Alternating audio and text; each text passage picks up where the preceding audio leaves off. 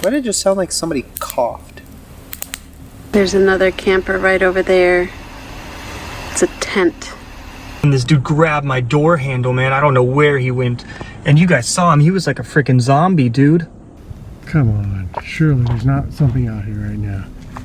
That was fucking weird. Somebody back there?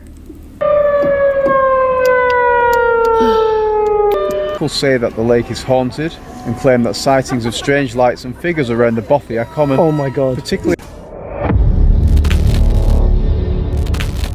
August 25th, 2025. Deep in the wilderness of northern Ontario, Angelo set up camp beside a silent, mirror-still-ill lake. The night began normally. A campfire cracking, a bench creaking beneath him, and a badly overcooked steak he regretted buying from Walmart. Tell you, it's kind of cold now. It's only like 17 degrees Celsius. And, what is that? There's something in the road there. Looks like nothing. Yeah, the roads getting in and out are a little bit feisty, so we gotta take it easy. Mind how we drive in here. But it also looks like... Small moments passed. Adjusting the tarp, poking the fire, rinsing his plate, each simple, ordinary, harmless. So we just do got to be cautious of, you know, leaving food around and stuff like that. And then obviously we got to be cautious for moose because they're also out here, apparently. Confirmed by the locals. I wasn't expecting that. But yeah, it's been pretty quiet. I mean, I've been recording, but like haven't really been... Until the forest broke its silence. A faint cough echoed behind him. Then, a light shuffle. Angelo turned sharply, flashlight slicing between the trees. Hello?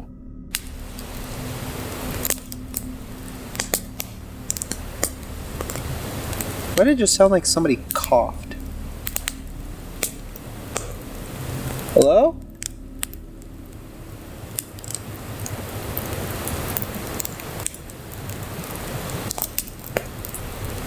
That was fucking weird. Somebody back there? It legit sounded like it was behind me.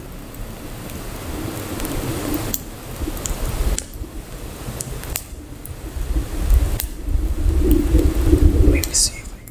Nothing, just the lake breathing cold air across the campsite. But the noises returned, knocking soft claps, a whistle like a referee in the dark. The spirit box crackled to life with a single word. Raining. It's supposed to. I'm getting pretty lucky right now. Okay. Somebody just clapped again. Who's there?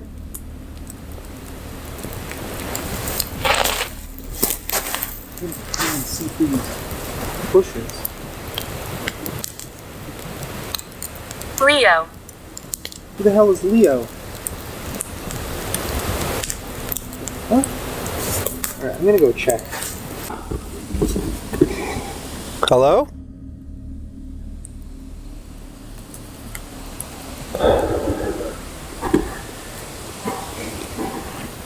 Like it legit sounded like it was right back there. The fuck could that have been? Like it sounded... The name repeated closer each time, as if someone stood just beyond the firelight, circling. Rocks suddenly tumbled nearby all at once, like something heavy shifted its weight. Angelo paced in tight loops, rifle in hand. Convinced eyes were staring at him from the tree line. If we have a good connection to Starlink as well. But yeah, I just want to give you one more good view of the lake. It is so foggy this morning. It's crazy, super eerie. I didn't really hear anything else throughout the night, but yeah, this spot is creepy. So what I think I'm gonna do, there's another... By the time dawn touched the lake, he packed up in shaken silence. Whatever stalked him that night never stepped forward, but never stepped away either. Viewer comment.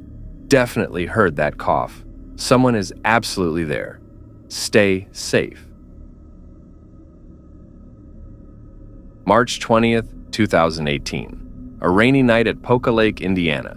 Solo camper Austin Armstrong set out expecting nothing more than quiet, wet air and the crackle of a fire. I just went out in the middle of nowhere at this campground at Poka Lake in Indiana. I'm the only one out here. Obviously, it's kind of cold and it's projected to get colder and it's raining. But I like a challenge whenever I camp, and I've camped in much worse weather conditions than this. So I figured, yeah, why not? So here's my little site right there. So I'm gonna make the most of what I... Hours passed. The rain stopped. His fire glowed low. With a headlamp strapped on, he stepped into the dark tree and for more wood. Just quick casts, small moments. Checking the fire, scanning the ground, following the distant glow of the campground outhouse. Ordinary things until the woods shifted. So I got these logs here, and they're dry. But you can't just start a fire with just logs, you know?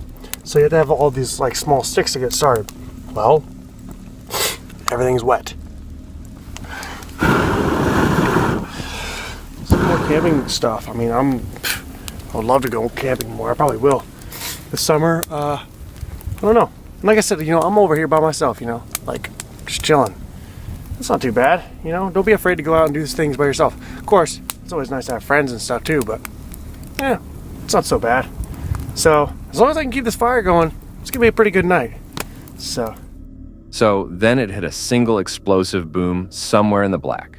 Not a twig, not a branch. Something heavy, deliberate, close. Firewood. So it was mostly wet. What the? I don't know if you guys just heard that, but like something literally just went boom over there. Holy crap. I gotta go check it out. I don't see anything. Hello? I'm trying to find a rational explanation too. Like, maybe it was the wood. But Austin froze. His flashlight cut through empty space. No eyes, no movement, just a forest holding its breath. Another snap, sharper, deeper, like something climbing or shifting its weight behind him. Austin whispered to himself, trying to rationalize, praying it was collapsing firewood. But the noise was too big, too fast, too intentional. See that? Okay, this is better. Come on, surely there's not something out here right now. I would be upset. Hello? Oh my god. I would be so upset if there's something out here right now. But that was a very large boom and snap. It sounded like there was something like climbing through something. So it could have been an animal. But I'm praying to God that it was something collapsing in the fire. But it was very, very loud. Well, I guess you guys... He searched the area but found nothing except a fallen sign and the crushing sense that something had been watching him the entire time. Okay, well, I'm gonna go back on my way now. Oh, I hope to God something's not out here right now. Alright, so here's an update. Well, the fire's doing really well, or was, up until this point. And then the rain started again. So, it's great. This is why I came out here, I guess, is, you know, challenge the camping and just be away and just, I don't know. So that'd be a good idea. Still don't know what the big boom thing was. I've been keeping the music on my phone going, keeps my mind off of it. I don't know. That probably was just a fire, I hope. You tell me, would you keep camping after that? This is why you never ever camp in the woods unarmed. 4- and 2-legged predators out there. Kelly Farrell Dietro, November 6th, 2021. In the quiet pines of Oklahoma, Lady Bugout parked her tiny mobile cabin by a glass still lake. The air was crisp, the wind soft, and the forest felt like it had been waiting just for her. Gonna be an awesome night. I'm here for a couple nights, heading up north again. It's cooler by the lake here. I'm in Oklahoma, and just wanted to show you guys what I get to enjoy for the next couple days. She spent the early evening wandering the pines, testing the soft, needle-covered ground, breathing in the sweet scent of sap, and listening to the wind glide through the trees. Ordinary moments, calm moments, moments that made her feel safe.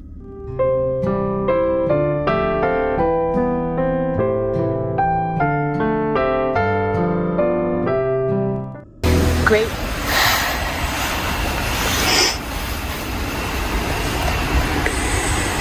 There's another camper right over there. It's a tent. They came in today. Can't believe that they are camping in this weather in a tent. I'm surprised that their tent is still up. Actually, I don't know. Until the siren started. Without warning, tornado alerts erupted across the campground. Long, rising wails tearing through the peaceful night.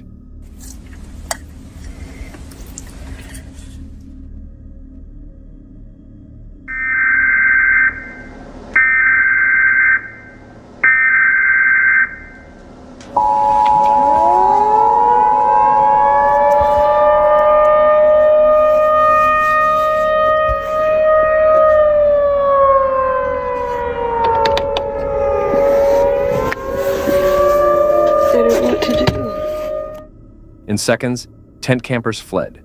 Motorcyclists roared out of the lot, and Lady Bugout suddenly realized she was alone in an open clearing. The only thing standing between sky and earth. Morning.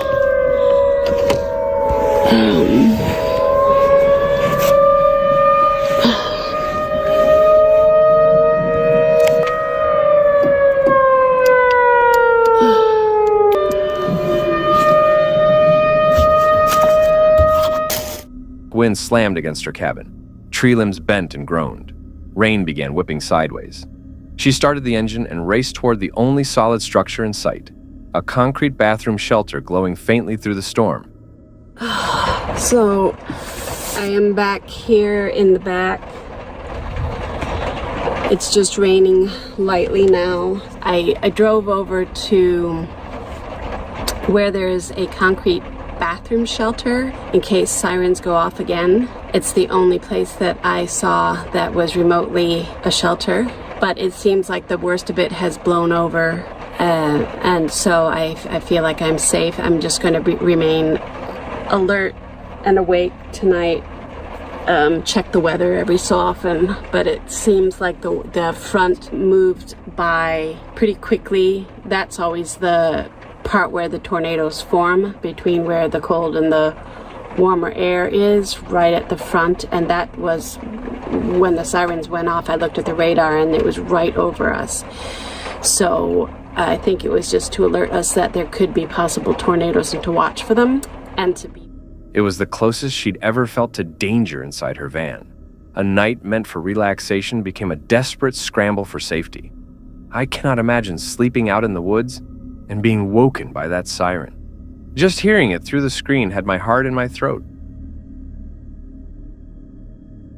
November 19th, 2024.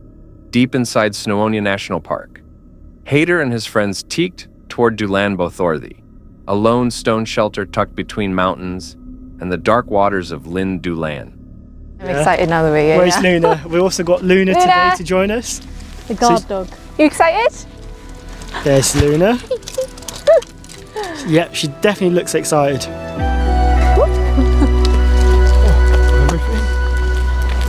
Thank you. So as you can see, the car park where we parked's quite full. So we're a bit worried when we get there. We're going to be sharing the buff with other people. Or walking back, or car camping for the night. The three of us squished in the back. We can jump in the van with those guys. Their night began like any other wild camping adventure. Cooking burritos beside the fire, warming their hands over the flames, laughing at burnt meals, and settling into the cozy mountain refuge. While Sophie's eating her cold burritos, I'm warming mine up on the fire. We don't eat cold food out here. I'm cooking my burrito. Time to try the burrito. Oh, it is good. Oh, look at that. Look at the steam coming out. Oh, Luna's spotted there. Can you smell the burrito, Luna? It's nice and warm. Hours passed as more visitors drifted in. Students, hikers, backpackers filling the small bothy with warmth and noise. The fire crackled, conversations blended together, and the place felt alive. Are you scared now? No? Shauna, let's see the picture. I wasn't in the house and I walked downstairs. Until the mood snapped. Someone joked that the both looked haunted. Another read local ghost stories aloud. Tales of glowing lights drifting over the lake. Figures wandering the mist. Spirits luring travelers toward the water. Then a face appeared in the window. Goblinike, pale, motionless. Fire, so when I come back in, they said once night. Final birth certificate. Don't that look like a little goblin devil looking out the window? Well, door. Yeah, it looks like a little goblin, doesn't it? Like if I turn the light down. Hey, look at that. It looks like eyes. We're living in all the. I don't like that. So can you explain again what you just found out about this buffet since we've seen that picture?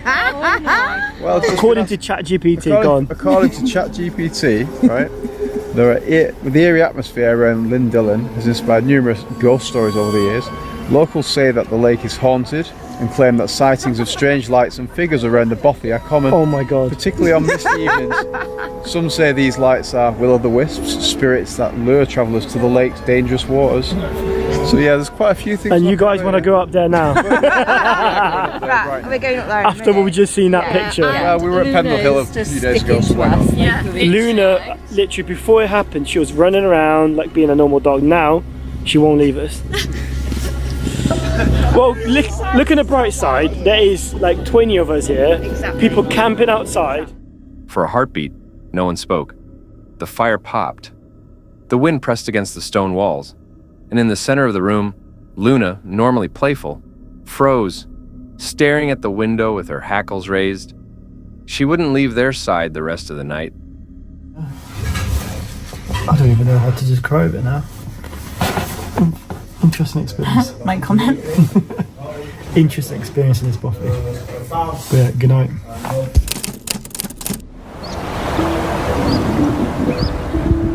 Good morning. It's a beautiful morning here in the valleys in North Wales. It's Ludo National Park. So this is the buffet that we stayed last night. As you can see, it is surrounded by mountains and reservoirs. I highly recommend. Whatever they saw outside that window never returned. But it didn't need to. The bothy had already changed.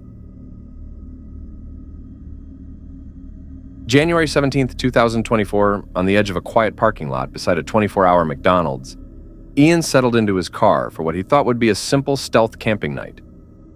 I was attacked stealth camping the other night at McDonald's. I'm going to show you guys that right now. That was insane, bro. It's a crazy story. But I picked up this GoPro mount at a Walmart. It's an official GoPro mount. And if you do have GoPro products, go with the actual GoPro ones because the Amazon Basic...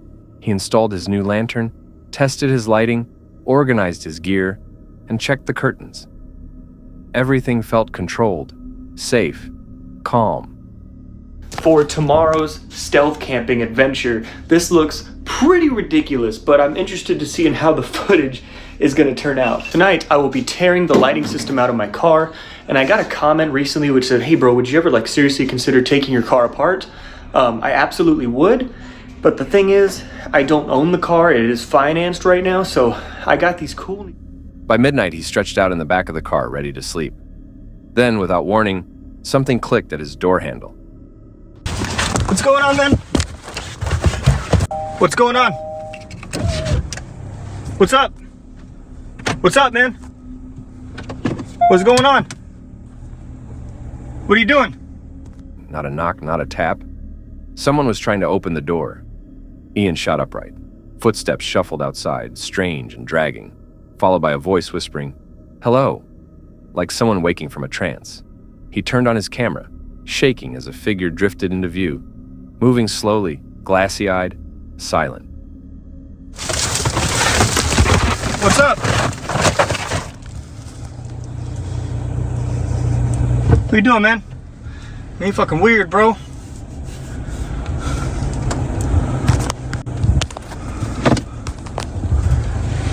What the hell, man? Sorry guys, my light's on. Oh man, I'm shaking, dude. I had my whole setup. I was sleeping back there, dude. Oh man, he tried to open my door. And then you guys saw that. He wasn't saying anything, man. Dude was... The stranger didn't speak, didn't react, didn't stop trying the door. Ian's breathing quickened, his hands trembled. The man wandered around the car like he wasn't fully conscious or wasn't fully human. When Ian finally drove away, the figure just stood there, in the glow of the parking lot lights, watching. What's going on, guys? I don't even know if you'll be able to see out that far, but I was parked right over there, and I'm still shaking, dude. That was insane. And this guy I just heard like a hello. I was sleeping, and then this dude grabbed my door handle, man. I don't know where he went.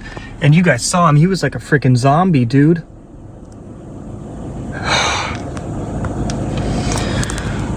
There he is. There he is. I see him. No, is that a lady? It might be a woman. I don't know. Honestly, it's hard to tell. That's what stealth camping is like sometimes. Alright, that was definitely the craziest thing that's happened to me so far. I really apologize, guys. The lighting is not going to be great, but I'm just trying to hunker down and go to bed for the night. When I first started watching stealth camping videos, I could have never imagined like the stuff that would actually happen. It seems perfect, right? Like you're in your car, you're traveling, you're sleeping, you're all perfectly hunkered down, everything's going according to plan, like this is your own place. But the scary thing is you're in public, and when you're in public, you have all sorts of people around you and you can't control it. Like you never know what's going to happen. The only thing that you can control is just your own actions. And when something like that happens, man, like of course I see thumbnails and videos of like, oh, this guy tried to break in, but mostly it's like clickbait and stories of like, oh, it almost happened and all this stuff, right? But then you get the actual stories of it happening, and that scared the hell out of me. What was supposed to be an easy night became a scene straight out of a nightmare. Viewer comment, that was like a damn horror movie. April 19th, 2024. On the razor-thin cliffs of S's Endway, a lone camper arrived with nothing but a lightweight tent, a sleeping bag, and the promise of fog, rain, and isolation.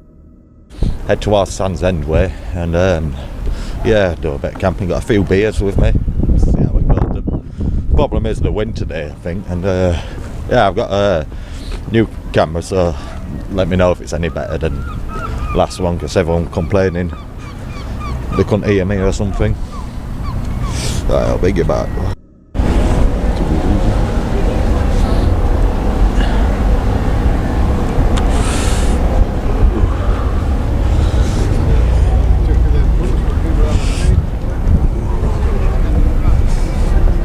He pitched camp on a slight slope overlooking the sea, the wind clawing at the guidelines while waves pounded the rocks far below. I've been up going too bad. I've been checked the weather. I just know it's windy. Never been down this end either.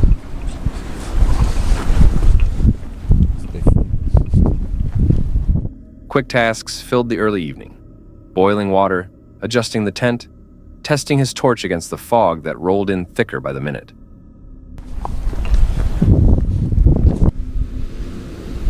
Right, stop, nice. We've got the fire maple buzz, I think it's called.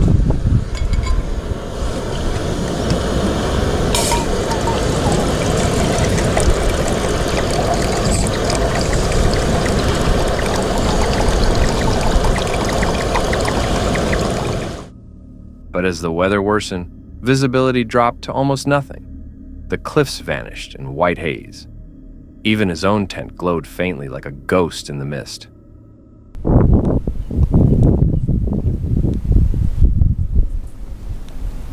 Oh yes, I've made it. Got this for a view. Lens of wipe. I'll try and handle the rain.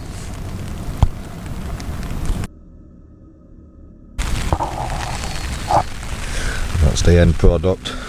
At least I get a little view. Have my scan as we can, and because I don't really want to get wet. Then the headlights cut through the fog. A Coast Guard vehicle pulled up.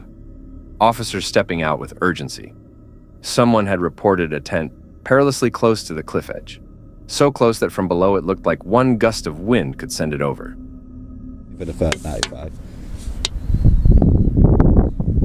Where do you live?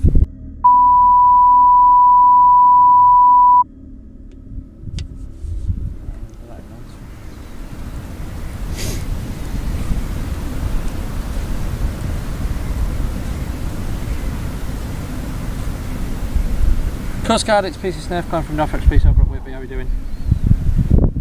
Yes, not bad, thank you. We've put that job on for that tent on the edge of the cliffs. I'm with it now. I'm happy you guys can stand down. It's probably a good 10 metres away from the edge. I'll provide him with some safety advice. He's only staying for this. They warned him about the erosion hotspot, directly beneath his campsite, the fragile earth crumbling unseen beneath the grass. One wrong step, one stumble in the night, and he'd vanish into the sea. I will do that indeed, not a problem. No worries then. Take care, thank you. Cheers now, bye-bye. Well, can you see the tent from the road as well? Yeah. Ah, fucking hell, I thought... stands out. I thought it was going to blend in because it's white. But No, it stands out like I don't know what. Do you have a phone number? 07... Yeah. What was it?